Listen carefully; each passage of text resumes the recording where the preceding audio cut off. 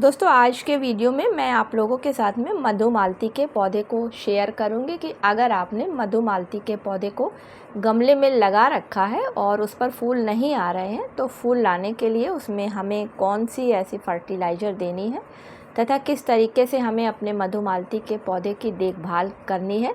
इसके अलावा गमले में लगने वाली मधुमालती कौन सी होती है और ज़मीन में लगने वाली मधुमालती का पौधा कौन सा होता है, आज के वीडियो में मैं आपको बताऊंगी।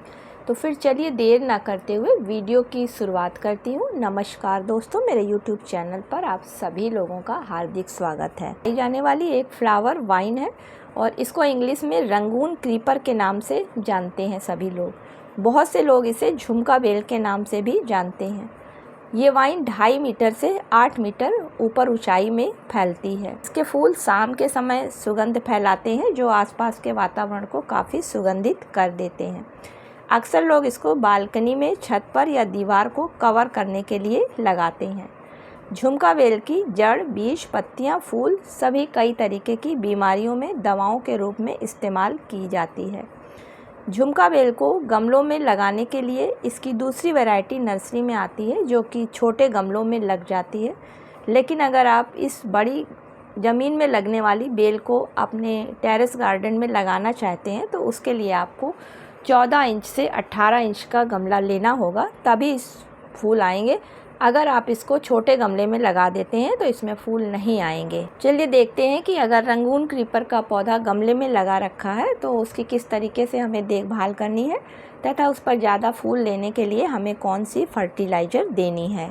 तो फ्रेंड्स, सबसे पहले किसी भी पौधे को नर्सरी से लाकर जब लगाया जाता है तो उसकी गमले की साइज का ध्यान देना होता है। तो यहाँ पर अगर आप मधुमालती का नर्सरी से लाकर ड्राफ्ट वैरायटी का पौधा गमले में लगा रहे हैं तो भी उसके लिए कम से कम 12 इंच का गमला या फिर उससे बड़ा गमला ही आपको सेलेक्ट करना होगा।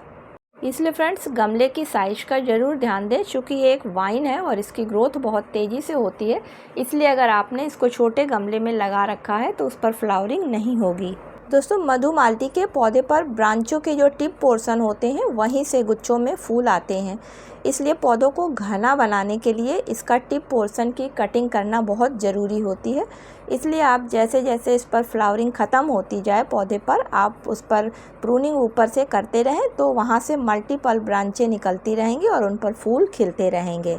मधुमालती के पौधे को रिपोर्ट करना हर साल बहुत ज़रूरी होता है क्योंकि जितने भी वाइन प्लांट्स होते हैं उनका रूट सिस्टम काफ़ी मजबूत होता है। इसलिए अगर आप अपने मधुमालती के पौधे से अच्छी फ्लावरिंग चाहते हैं तो उसके लिए जब ये पौधा डोरमेंसी पीरियड से निकलता है यानी कि फरवरी मार्च में एक बार इसकी रिपोर्टिंग ज़रूर करें।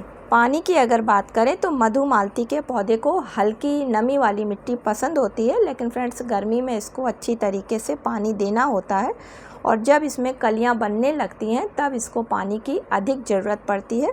उससे पहले अगर इस पौधे को ज़्यादा पानी दे दिया जाता है तो ये अपनी पत्तियों को गिराने लगता है। मधुमालती का पौधा काफ़ी हार्डी पौधा है और पूरी तरीके से धूप वाली ही वाइन है।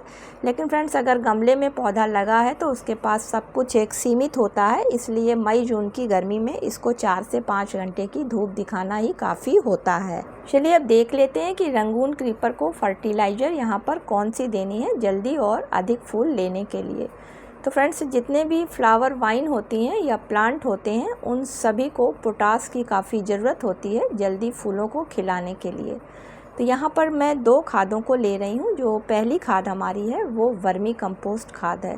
क्योंकि इस समय गर्मी का समय चल रहा है और वर्मी कंपोस्ट खाद की तासीर ठंडी होती है।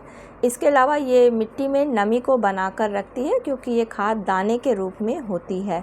तो फ्रेंड्स, अगर आपका पौधा 12 इंच के गमले में लगा हुआ है तो लगभग 100 ग्राम के करीब आप वर्मी कंपोस्ट खाद को ले लें और उसमें आधा छोटा चम्मच पोटास खाद को मिला लें।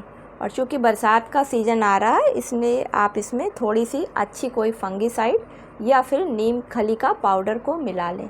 तीनों चीज़ों को अच्छी तरीके से मिलाकर पौधे की मिट्टी की गुड़ाई कर दें और गुड़ाई करने के बाद में इस फर्टिलाइज़र को पौधे की मिट्टी के चारों तरफ डाल दें।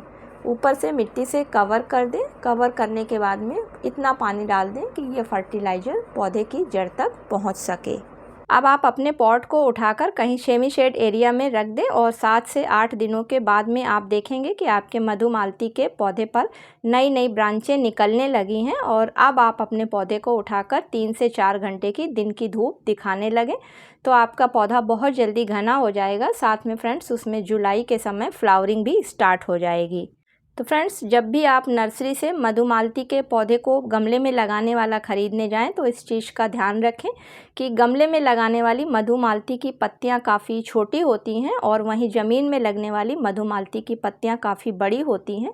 तो पत्तियों का साइज़ ज़रूर देख लें, तभी आप पौधे को घर में ख़रीद कर पॉट में लगाने के लिए लाएँ।